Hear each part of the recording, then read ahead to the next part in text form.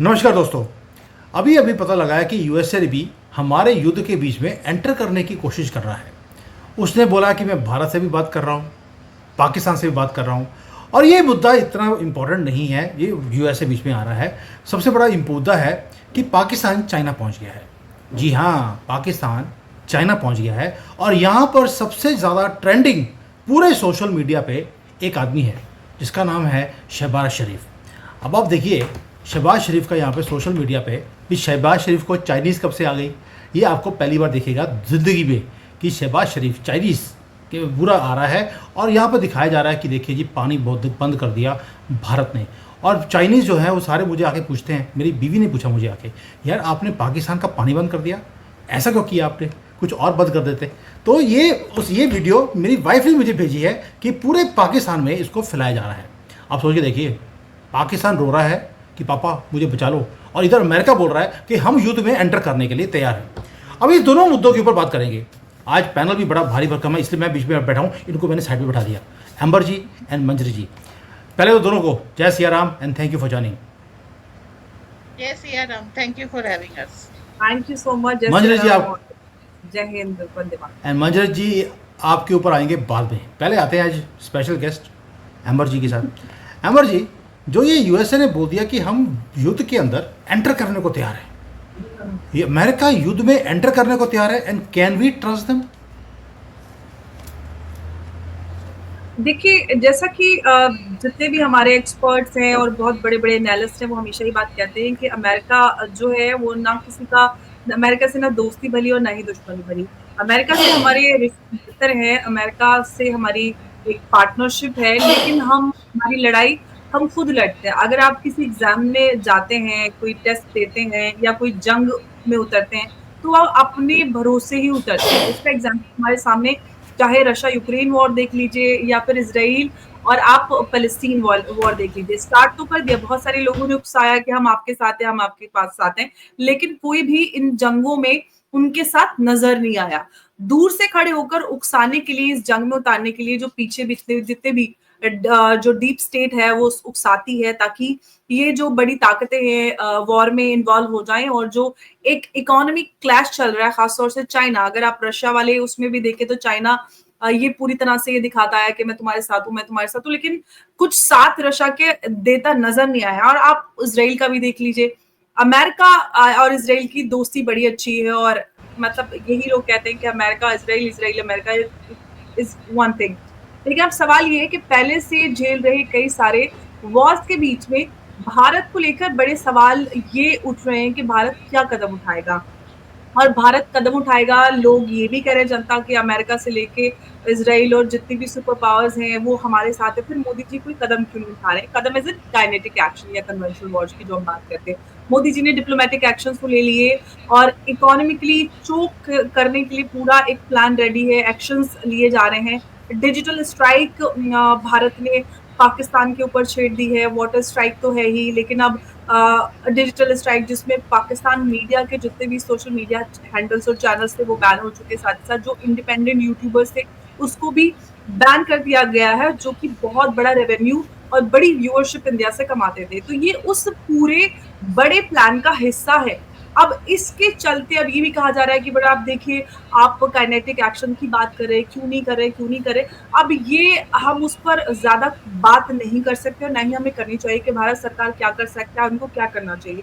जो कुछ हो रहा है और भारत को किसके ऊपर भरोसा करना चाहिए, नहीं करना चाहिए, ये बड़ा अलग सवाल है। और ये पूरी जो स्थिति डेवलप हुई है, हम सब जानते हैं कि इंडिया और यूएस के बीच जो सॉरी यूएस और चाइना के बीच जो टैरिफ वॉर चल रहा था, उस सब के बीच में ये अचानक से स्थिति डेवलप हो जाती है। और अचानक से पाकिस्तान में की तरफ से, पाकिस्तान में भी आपने देखा था कि एक हफ्ते पहले लगभग आसिम मुनीर ने जो ओवरसीज पाकिस्तानीज को एड्रेस किया था, उसमें उन्होंने पूरी तरह से एक कल्चरल वॉर अगेंस्ट इंडिया छेड़ा, हिंदू नफरत की बात की। और उसके चंद दिन बाद ही ये पहलगाम अटैक हो जाता है। और ठीक उसी दिन जब प्रधानमंत्री मोदी सऊदी अरेबिया जाते हैं आईमैक की डील के लिए, पहले भी यही हुआ था, जब भी आईमैक पे बात होती है भारत में कुछ ना कुछ हो जाता है, तो सीधा पूरी तरह से ये क्लियर हो जाता है कि इसके पीछे चाइना है। और चाइना नहीं चाहता कि भारत इकोनॉमिकली आगे बढ़ा। और रिसेंटली जो अपडेट्स हैं उसके हिसाब से भारत जापान को भी रिप्लेस कर रहा है। तो ऐसे में सबसे बड़ा जो कंपटीशन है भारत वो चाइना को दे रहा है, और ऑफ कोर्स यूएस तो चाहता ही है कि सबसे डिप्लोमेटिकली उन्होंने जो यूएस स्टेट डिपार्टमेंट की तरफ से स्टेटमेंट आया, उन्होंने कहा है कि हम दोनों ही मुल्कों से हमारी नज़दीकियाँ हैं, करीबी हैं, और दोनों से भी हम कई सारे लेवल पर संपर्क में, और हम चाहते हैं कि इसमें एस्केलेशन ना हो और इस मामले को समझदारी से सुलझा लिया जाए। लेकिन अब बात ये है कि अमेरिका हमारा दोस्त ज़रूर हो सकता है, लेकिन क्या और किस तरह से कौन से कदम उठाने हैं, ये हमारी सरकार तय करेगी। हम लोगों को भी थोड़ा सब्र दिखाने की ज़रूरत है। अमेरिका के भरोसे अगर भारत कोई भी कदम उठाएगा, वो अमेरिका के भरोसे नहीं उठाने वाला है। को पता है कि हमें क्या करना है और हमारे लिए सही क्या है। भारत के प्रधानमंत्री मोदी पहले भी इस बात को कह चुके हैं कि ये वॉर का दौर नहीं है और हमें हमें खून नहीं बहाना है। लेकिन अगर हम ग्रोइंग इकोनॉमी है, हमारे पास पैसा और पावर है, और उसके बावजूद भी हमारे लोगों को धर्म के आधार पर पाकिस्तान यहाँ पर आकर टेररिज्म करता है और लोगों को मारता है, तो पैसा किस काम का अगर हम अपने लोगों की सुरक्षा ना कर सकें। तो पाकिस्तान को वंस फॉर ऑल एक बड़ा सबक सिखाने की ज़रूरत है। पिछले 78 सालों में आप चाहे 71 की बात करें, कारगिल की बात करें, 26/11 की बात करें, पुलवामा की बात करें या पहलगाम की बात करें, पाकिस्तान लगातार भारत में मासूमों को खून बहाता आया है, और दूसरी तरफ इंटरनेशनल फोरम्स पे जाके कहता है कि मैं टेररिज्म का भुक्तभोगी हूँ, हम टेरर के खिलाफ लड़ाई लड़ रहे हैं, और ऑन ग्राउंड रियलिटीज़ क्या हैं हम सब जानते हैं कि वो टेरर का पूरी तरह से एक फैक्ट्री है, उनको वो पूरी तरह से पोषित करता है। और ख्वाजा जो आसिफ हैं वो भी इस चीज़ को एक्सेप्ट कर चुके हैं स्काई न्यूज़ के रिसेंट इंटरव्यू में कि we have been doing this dirty work for United States, west including Britain. Exactly ही रिपीटेड द सेम थिंग। तो अब इस सब के बाद कुछ रह नहीं जाता है। अमेरिका कहीं न कहीं अब इसमें अमेरिका ने जो डिप्लोमैटिक स्टांस लिया है, उन्होंने पुलवामा अटैक की निंदा तो ज़रूर की है, लेकिन उन्होंने पाकिस्तान को रिप्रिमांड नहीं किया है। अमेरिका जो ह्यूमन राइट और इस टेररिज्म के खिलाफ कहता है कि मैं सबसे बड़ी जंग मैं लड़ रहा हूँ and I am the flag bearer, उन्होंने पाकिस्तान को अब तक कड़े शब्दों में कुछ उन्होंने उनको नहीं बोला है। सीधी निंदा सिर्फ कर देना काफ़ी नहीं होता है, इससे पता चल जाता है कि ये लड़ाई हमारी है और हमें अपनी लड़ाई खुद लड़नी है। और जो भी हमारी सरकार फैसला लेगी बहुत सोच समझ कर लेगी, और इस बार लोगों को समझ में नहीं आ रहा है कि प्रधानमंत्री मोदी या भारत क्या करने वाला है। पाकिस्तान में मूवमेंट है, जो भी उनके टूटे-फूटे हथियार हैं उनको उन्होंने हर तरफ पहुँचा दिया है, राजस्थान बॉर्डर हो या इधर हो। हालाँकि उनके पास तेल के मेंटेनेंस के भी पैसे नहीं है। अभी जो रिसेंटली अमेरिका ने मेंटेनेंस के पैसे दिए थे $300 मिलियन, वो अभी काम भी उनका पूरा नहीं हुआ था, और इस सब के बीच ये हो गया। तो ये मिसकैलकुलेशन है, उनको अंदाज़ा नहीं था कि भारत इस तरह से रिएक्ट करेगा, और कहते हैं कि कंगाली में आटा गीला हो गया, और अब इस आटे की रोटियाँ यूएस भी नहीं सेक पाएगा, और क्या करना है, कैसे करना है, ये भारत खुद तय करेगा। एम्बर जी बिल्कुल बड़े से बोला आपने कि भाई अमेरिका के ऊपर हम विश्वास नहीं कर सकते। पर मंजरी जी, इसी क्वेश्चन को मैं आगे लेके चलता हूँ। अमेरिका हमें बोल रहा है कि यू शुड कीप रिस्ट्रेंट, आपको युद्ध में नहीं जाना चाहिए। हम मल्टीपल लेवल्स पे बात कर रहे हैं, लेकिन अगर अमेरिका के ऊपर कभी एक छोटा सा कोई टेररिस्ट अटैक होता है तो जाकर पूरी दूसरी कंट्री को तबाह कर देते हैं। वाई इज इट कि जब अमेरिका के खुद के घर में आग लगती है तो स्टैंडर्ड्स डिफरेंट होते हैं, लेकिन अगर भारत के ऊपर अटैक हुआ है और हम आगे युद्ध कर कर इसका जो फुल एंड फाइनल करने की पोजीशन में है और सोच भी रहे हैं हम लोग, तो अमेरिका बोलता है रिस्ट्रेंट रखिए, आप मेडिटेशन कीजिए, आप ध्यान मुद्रा में बैठिए। हमें भी ध्यान मुद्रा में बैठाता है और खुद हमें ज्ञान दे रहा है। How is it that two opposite things can be working at the same time? यही अमेरिकन हेजेमनी है, और हर जगह अमेरिका यही करता है। अमेरिका की मेरे ख्याल से पॉलिसी यही है, मेरे लिए रूल कुछ और तुम्हारे लिए रूल कुछ और। तो ये शुरू से करता आ रहा है, यही वो कर रहा है। देखिए, अगर आप ज़्यादा जड़ खोदेंगे तो पाकिस्तान के पीछे है तो अमेरिकन डीप स्टेट। अगर आप 2024 में जाते हैं, जब बाइडेन की सरकार थी, तो क्या करते थे? FATF की ग्रे लिस्ट में था, आप पैसे नहीं दे सकते हैं। सैंक्शन लगे थे पाकिस्तान के ऊपर, सैंक्शन हटाया, FATF के ग्रे लिस्ट से हटाया, पैसे दिए, वापस लगा दिया। ये ट्रिक तक इन्होंने खेली है हर बार जब उन्हें पाकिस्तान को फंड करना है। अभी अंबर जी ने जैसे बताया, $300 मिलियन दिए हैं। किस लिए दिए हैं? हथियारों के, F-16 के, सबके मेंटेनेंस के लिए दिए। तो कैसे दे दिए हैं, क्यों दे दिए? F-16 अमेरिकन खड़े क्यों है पाकिस्तान में? सीधे सीधे बात यह है। तो अगर आप जरा भी वो खोदेंगे, हल्का सा भी स्क्रैच करेंगे ना धरती को, तो उसमें अमेरिकन हैंड निकल आएगा। तो वो क्या कहे, मेरा हाथ मत निकालो, मुझे एक्सपोज मत करो, उसकी बजाय तुम सब्र करो, तुम में धैर्य है, तो वो वाला जो है राग गाने लगते हैं कि तुम सब्र मंजरी करो जी, आई एम तुम्हारे। सॉरी आपके बीच में बोल रही हूँ मैं, जो ख्वाजा आसिफ ने ये बात बोली, इसका मतलब यही है, वो यूएस को कह रहे हैं कि आगे मत आना वरना तुम्हारी भी पोल पट्टी खोल दी जाएगी। तो इसका मतलब तो और साफ सबूतों यही के है। साथ, हाँ, सबूतों के साथ खोल देंगे। ऐसा नहीं है कि जो, तो अमेरिका अपनी इज्जत बचा रहा है। तो हाँ, वो तो भारत को रेस्ट्रेन के लिए कहेगा, और मोदी जी भी जानते हैं कि कितनी सुननी है, कितनी नहीं सुननी है। और बाकी हमको ज्यादा लड़ने की जरूरत नहीं है, अगर हम पाकिस्तान को सब तरफ से चोक कर देना, और इसमें हमारे साथ दुनिया रहेगी, वो अपनी मौत अपने आप मर जाएगा। बलूचिस्तान क्या छोड़ देगा? बिल्कुल नहीं। अफगानी तो बिल्कुल तैयार बैठे हैं, इंडियन डिप्लोमेट्स जो है अफगानिस्तान से मिल चुके हैं। तो आपको क्या करना है? आपको खुद लड़ने की जरूरत थोड़े है। थोड़ा कहीं अनाज पहुंचाइए, थोड़ा कहीं पानी पहुंचाइए, वो आपका काम करेंगे। आप अपने हाथ क्यों गंदे कर रहे हैं? When others are ready to do your dirty work, फिर आपके नॉन गनमैन है। अच्छा, जिसको आपको पकड़ना है वो तो भाग रहा है पाकिस्तान से, कभी लंदन, कभी कनाडा, कभी अमेरिका, कभी ऑस्ट्रेलिया। तो आपको तो दुनिया भर में उनका पीछा करना है ना। आप समझिए, मुनीर का फैमिली भाग चुका है, और कुछ लोग कहते हैं मुनीर भाग गया, कुछ कहते हैं पाकिस्तान में है। तो आपको तो देखिए, उसको मारिए जो आइडियोलॉजी हेड है। नहीं आइडियोलॉजी नहीं, हेड दो जगह पाकिस्तान है। में मिल गया वो सर मुंडवाकर पाकिस्तान में मिला है वो। बहुत सही आपने खोज के कोहिनूर निकाला है। हम खामखा ब्रिटेन के बाद सोच रहे थे कोहिनूर तो पाकिस्तान में गधे पे बैठ के निकल चुका है। गधे पे वो किसी इसलिए, गुफाओं में छुप के बैठा हुआ है वो। हाँ, खबर तो इसीलिए यही आ रही है कि वो या तो बंकर में है या फिर भाग बंकर चुके हैं। में, तो इसीलिए हमारी खुफिया हमको जो है जैसी है उसने निकाल ली। दोबारा अब एंजॉय ज़्यादा कर रही थी तो दिखा देते हैं, देखिए। यही हवाला होने वाला है। Exactly, this is the future of Asim Munir. पता नहीं उसका हवाला होगा कि हलाला होगा, ये तो वक्त बताएगा। लेकिन एम्बर जी, अभी दोबारा आपके ऊपर आता हूँ, सॉरी मैं बीच में काट रहा हूँ, कोई टॉपिक थोड़ा डाइवर्ट हो गया। अभी आपने बोला कि चाइना ने बोला है कि हम पाकिस्तान की सपोर्ट करेंगे, हर तरफ से सपोर्ट करेंगे। पहले तो उन्होंने ये बोला था कि भाई रिस्ट्रेंट रखो, क्योंकि चाइना को, मैं यहाँ पे चाइना में बैठा हूँ, चाइना को सबसे ज़्यादा प्रॉब्लम ये आ रही है कि उसका जो सी पैक है, जब भारत के साथ युद्ध होगा तो सबसे पहला अटैक वो सी पैक पे किया जाएगा, ताकि जो लाइफ लाइन पाकिस्तान को चाइना से आती है वो बर्बाद हो जाए। और इनकी लाइफ लाइन सिर्फ एक पुल के ऊपर खड़ी है, वो पुल अगर तोड़ दिया गया तो चाइना का $50 बिलियन एक पुल टूटने से उड़ जाएगा। अब चाइना ने बोल दिया हम आपको सपोर्ट करते हैं, लेकिन आपको ये भी मालूम है कि चाइना किसी के साथ नहीं है, किसी का सगा नहीं है। जब भी उसने बोला कि मैं आपके साथ खड़ा हूँ, किसी के साथ खड़ा नहीं है।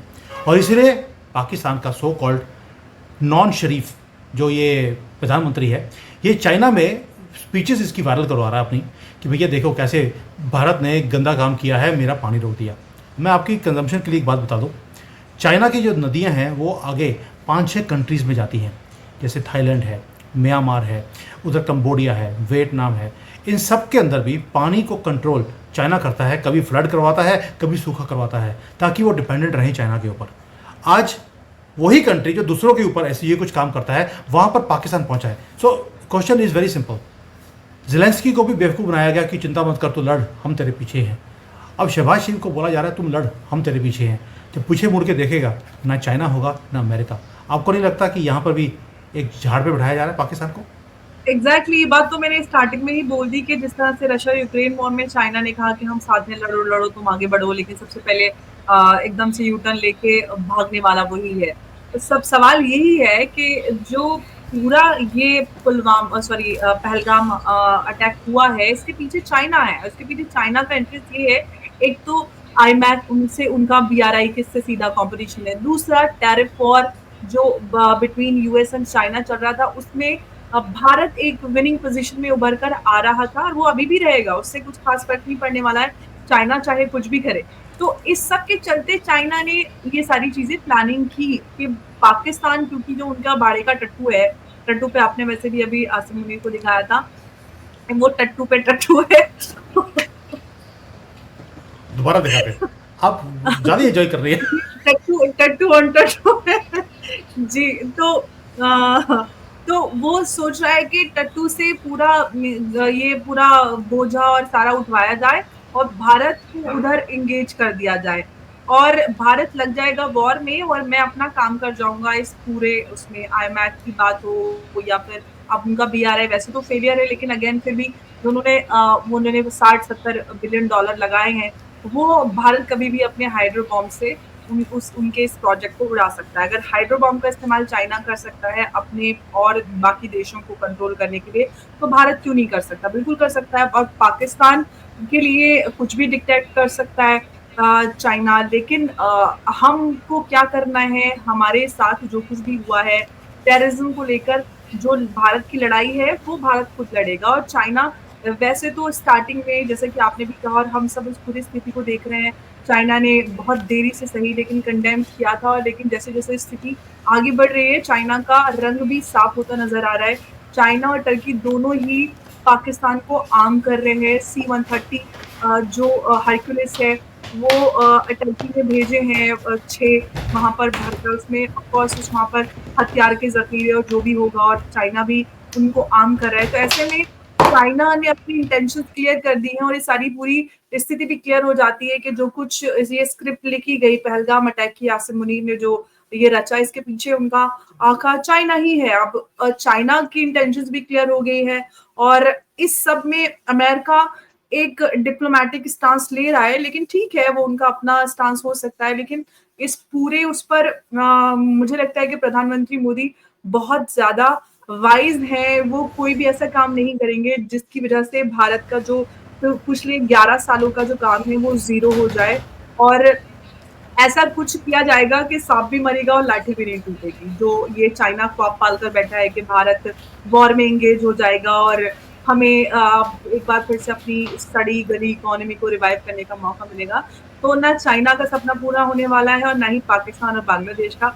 जो भारत अब 2.5 फ्रंट वॉर की बात करते थे जनरल बिपिन रावत, अब वो अब बांग्लादेश के बाद ये 3.5 फ्रंट हो गया है। तो चाहे 3 फ्रंट हो या हाफ फ्रंट हो, भारत पूरे उस स्थिति से लड़ने के लिए तैयार है और हम पूरी इस बात को पुख्तगी से कह सकते हैं कि भारत एक बेहतर कदम उठाएगा और जो कोई उम्मीद भी नहीं लगा सकता ऐसा कोई कदम उठाएगा, वो सारी चीजें शुरुआत कर भी दी है। भारत इस तरह के कदम उठा रहा है जिस तरह से पाकिस्तान को परमानेंटली डैमेज किया जा सके, ना कि सिर्फ कोई बॉम्ब पटाखा छोड़कर या दिवाली मनाकर, बल्कि ऐसा कि ना कोई धमाका होगा और ना किसी की कोई चीख निकलेगी। पाकिस्तान जमींदोज हो जाएगा, किसी को पता भी नहीं चलेगा। एम्बर जी, वी विश कि आज आपके मुंह में घी शक्कर, थोड़ा सा मोटापा आएगा, कुछ चक्कर नहीं है, लेकिन घी शक्कर डलता रहे जो आपने आज देश के लिए खा लेंगे। मंजरी जी, जो इन्होंने बोला अभी, I really agree with it कि हमें भी युद्ध तो करना पड़ेगा, लेकिन युद्ध ऐसा होना चाहिए कि ये बार बार प्रॉब्लम्स आएगी। और कई हिंदूज हैं जो आकर उन्होंने कमेंट्स में डालना शुरू कर दिया, वो मोदी से ना हो पाएगा, मोदी ने कुछ नहीं करना, ये यू टर्न कर लेंगे, ये बस दिखाने के लिए है, ये पेपर टाइगर हैं, ऐसे लोगों ने बोलना शुरू कर दिया। उसमें कोई भी आपको कोई और समुदाय के लोग नहीं दिखते, आपको हिंदू ही दिखते हैं जो सेकुलर हिंदू हैं। क्या मोदी जी सिर्फ कुछ नहीं है कि कुछ लोगों की एक वो है मन की भड़ास है, उसको पूरा करने के लिए मोदी जी युद्ध में चले हैं बिना किसी प्रिपरेशन के? क्या लोगों को समझ नहीं आता कि अगर पुतिन ने युद्ध किया था यूक्रेन के साथ, 3 महीने की 4 महीने की तैयारी थी, पूरा असला पहले भेजा गया, तैयारी करी गई, इंटेलिजेंस को क्रिएट किया गया, उसके बाद जाकर उन्होंने युद्ध किया है। और हिंदू है कि 4-5 दिनों में ही डर गए नहीं, गया थक गए। डरते वाले तो है 1000 साल से नहीं है। देखिए, अभी एक आर्मी ऑफिसर का भी वीडियो आया था जो मोदी को गाली दे रहा था, निकला पाकिस्तान का। तो वहां पर नाम हिंदू है लेकिन पीछे से कौन सा अब्दुल है ये पता नहीं। पहली चीज, पाकिस्तान का हैंडल भी हो सकता है। दूसरी चीज, तीसरी, मोदी जी को पता है किसकी सुननी है, नहीं सुननी है, कितनी सुननी है, कितनी नहीं सुननी है। He is a season politician. ऐसा थोड़े कि आप हवा भरेंगे कि मोदी से कुछ नहीं हो पाएगा और वो लड़ने चल देंगे। So such type of comments are irrelevant. उन्होंने जो घेराबंदी कर रखी है वो बेहतरीन है और काफ़ी हद तक हमारा काम इसी घेराबंदी से चला जाएगा। देखिए, हमको पाकिस्तान को डिसइंटीग्रेट करना है, वो प्रोसेस ऑन है। आपको कैटलिस्ट देना था, उसको आप अनाउंस नहीं करेंगे कि कैसे हम इनको कैटलाइज करेंगे, डिसइंटीग्रेशन इनका तेज करेंगे। जो गधे पे सवार मुनीर साहब थे, ये इस अटैक के पीछे थे। सारा सब कुछ पे गन्स इनकी ओर पॉइंटेड है। वो जाके बंकर में छुप करके बैठ गए। हमको उनको ठोक के ढूंढ के निकालना है और सद्दाम हुसैन वाला हाल करना है। सिंपल सी चीज है। उसके लिए इतने ज्यादा करने की जरूरत नहीं है। दूसरी चीज, मोदी जी ने अनाउंस कर दिया कि कैलाश मानसरोवर की यात्रा बिल्कुल, ओ सॉरी, अमरनाथ यात्रा वक्त पे होगी। इसका मतलब है अगस्त से पहले ये सारे पे पटाक्षेप हो जाएगा। हो सकता है 5 अगस्त को रात के 8 बजे एक आवाज आए, मित्रों हमने पीयू के ले लिया है। पीयू। तो ये सारी चीजें आपकी पाइपलाइन में है और इसके लिए आपने आज से नहीं, पिछले 10 साल से तैयारी करके रखी हुई है। तो आपने जो एसेट बिल्डिंग थी, और पाकिस्तान के सूरत हालात तो ऐसे है कि आप किसी को 2 बोरी आटा दे दीजिए तो वो मुनीर साहब का पता ला करके आपको दे देगा कि इस हालत में आपने पहुंचा दिया है। तो समझना इस चीज को है कि वो अननेसेसरी, जहां पर सुई से काम चल रहा है वहां तलवार क्यों चलाई। ठीक है। और जिनको सब्र नहीं हो रहा, बेसब्र हो रहे हैं, होने दीजिए, ये उसकी प्रॉब्लम है, उसे अपना प्रॉब्लम क्यों बनाए। Modi knows what to do and how to do. And जिस समय वो चाहेंगे उस समय चाइना भी मोदी का साथ देगा, उस दिन अमेरिका भी साथ देगा। जब तक वो नहीं कह रहे हैं तब तक सब अपना ये कह सकते हैं कि भाई आप शांति से काम लीजिए। चाइना की ये वो है कि वो सीपेक बचाने की कोशिश कर रहा है। मोदी जी ने जो अफगान के वखान कॉरिडोर से चाइना का BRI जा रहा था उसको खतरे में डाल दिया है।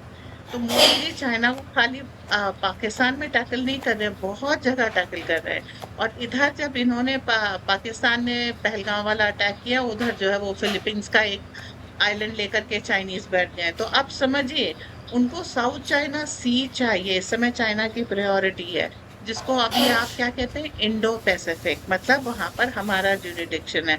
लड़के वो हमसे नहीं जीत सकते, उनको मालूम है। इसलिए इस तरीके की टैक्टिक खेल रहे हैं कि तुम इधर उलझो और हम उधर से काम निकालते हैं।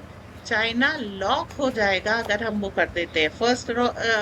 फर्स्ट आइलैंड रो जापान की है और ताइवान वगैरह की है। उसके बाद जो है आपका इंडो पैसिफिक शुरू हो जाता है। ऑस्ट्रेलिया वगैरह सारी कंट्रीज आपके साथ है, इंडोनेशिया वगैरह।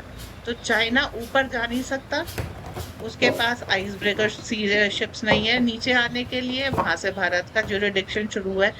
और तीसरा, आप आईमैक बना रहे हैं। तो आप समझिए, उसके बाद आपने चाइना का कोल रोक दिया है। आप कहिए 33% वेस्ट, सारी कंट्री, सारी कंपनीज वहां से आने के लिए तैयार है। इंतजार कर करके एलोन मस्क भी थक गया, टेस्ला भारत लेके आ रहा है। तो हम चाइना को कहाँ कहाँ डिफीट कर रहे हैं। अब चाइना की अकेली होप क्या है कि ठीक है, हमने आपको थोड़े से हॉस्टेज सिचुएशन में ट्रैप किया है।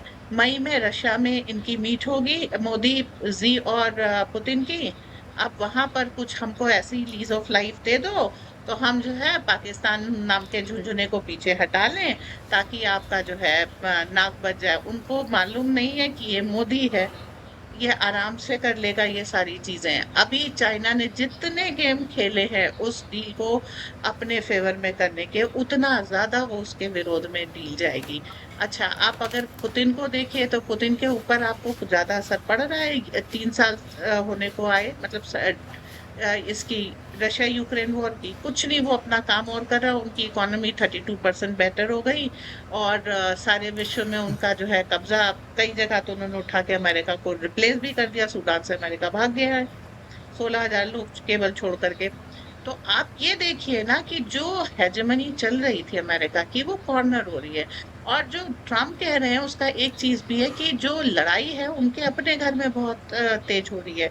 अब मैंने एक बार पहले भी कहा था कि एलॉन मस्क का साथ ट्रम्प ले रहे हैं, पर अंत में आकर के इन्हें एलॉन मस्क से भी लड़ना पड़ेगा। कारण जो ड्रग का ट्रेड होता है उसमें जो स्टारलाइट के डिवाइसेस मिलते हैं वो तो एलॉन मस्क के हैं, और वो उसकी डिटेल देने से मना कर देता है। तो आधा एलॉन मस्क का पैर तो डीप स्टेट के साथ है, आधा डोजे के साथ है।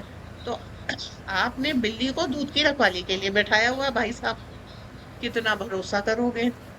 उन्होंने थोड़ा सा काम किया और थोड़ा सा दूध सुरख कर लिया।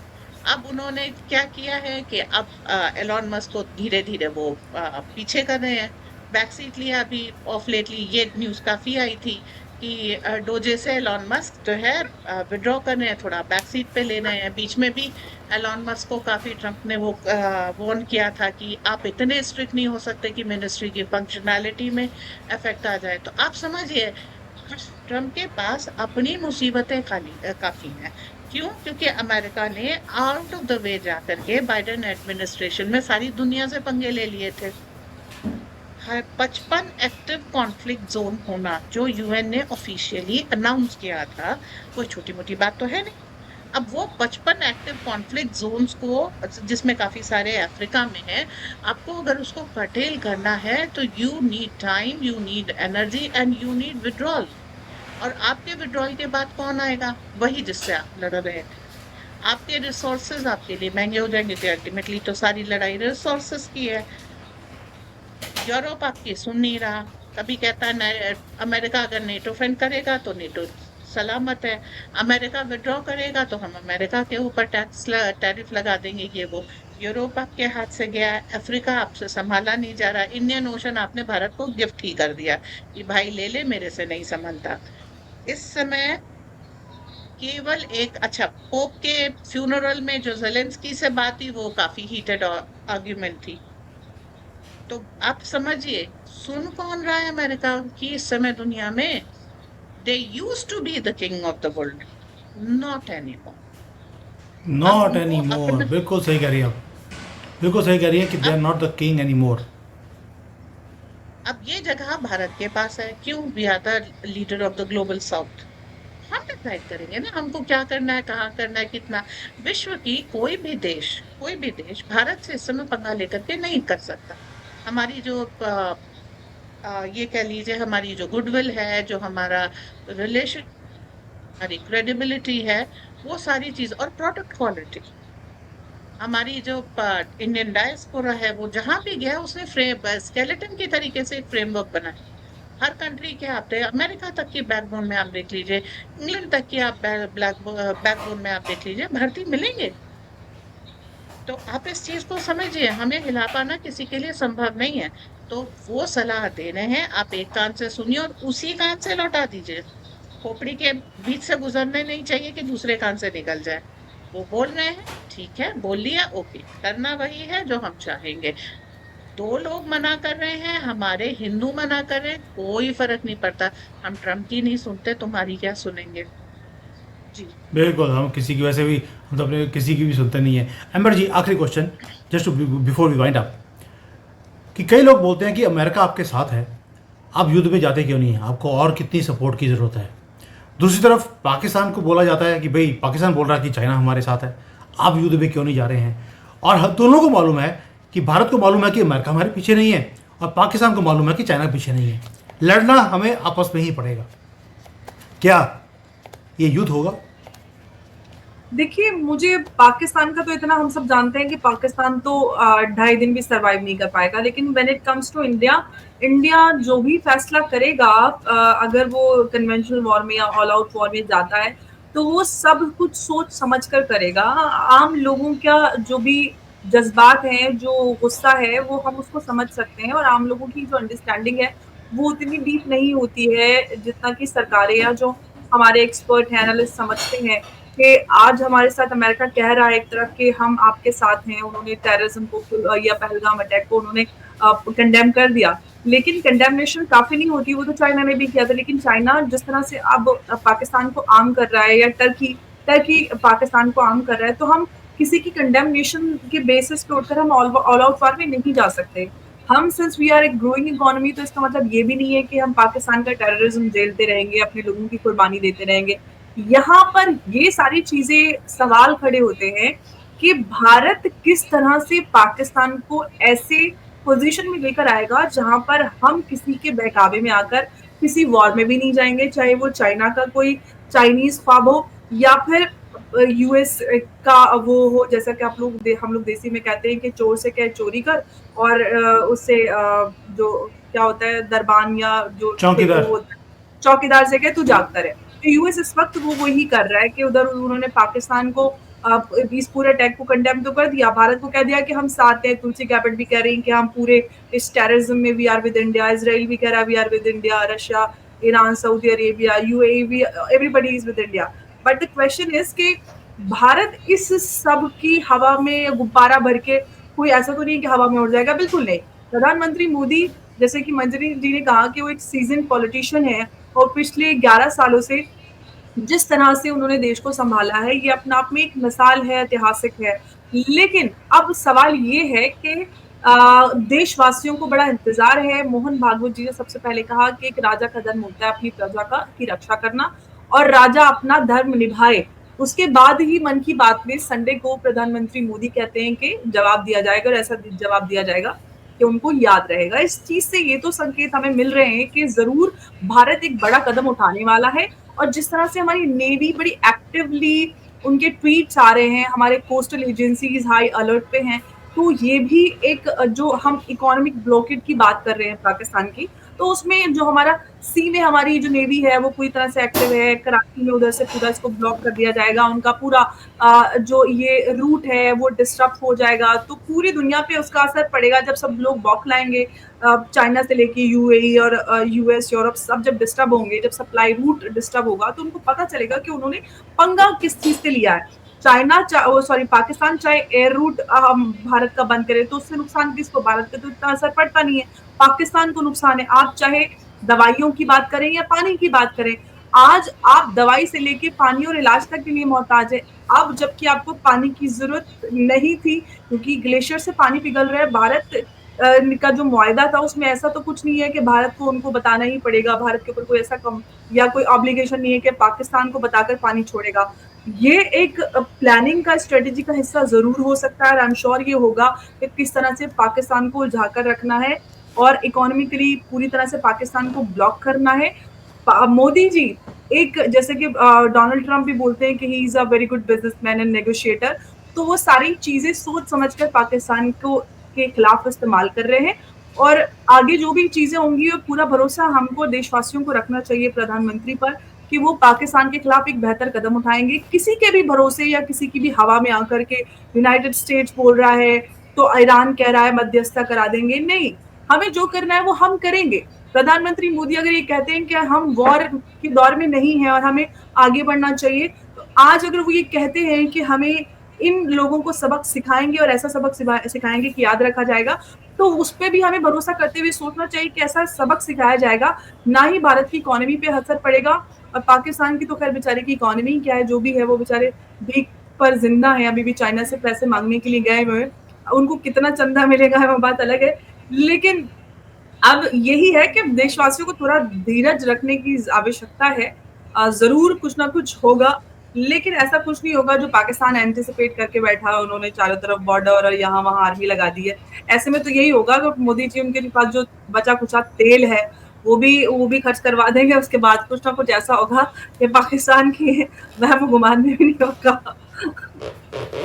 देखिए, मैं इस पे एक ही बात करूंगी। टारगेट क्या है? पाकिस्तान को सबक सिखाना। हमने पिछली बार क्या किया था? 2 टुकड़ों में कर दिया था।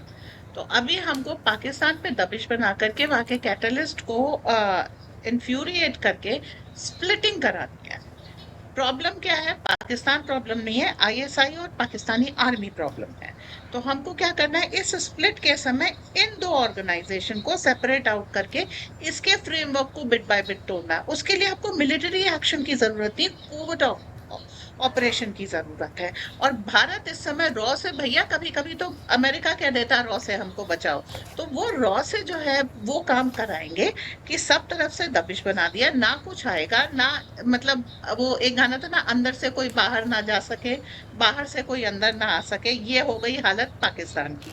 अब वहां पर घुसेगी रॉ, जो वहां पे स्प्लिट करेगी और आईएसआई और आर्मी की पूरी कमर तोड़ देगी। और यही नहीं है, जो भाग करके बाहर गए हैं उसको भी बहुत अच्छी तरीके से डिस्ट्रॉय कर देगी, ताकि पाकिस्तान जैसा मिस एडवेंचर कोई भी देश कभी भी ना कर पाए। तो इसमें आर्मी की प्रेजेंस इसलिए जरूरी है ताकि दबिश बनाई जा सके, परंतु कन्वेंशनल वॉर की जरूरत नहीं है।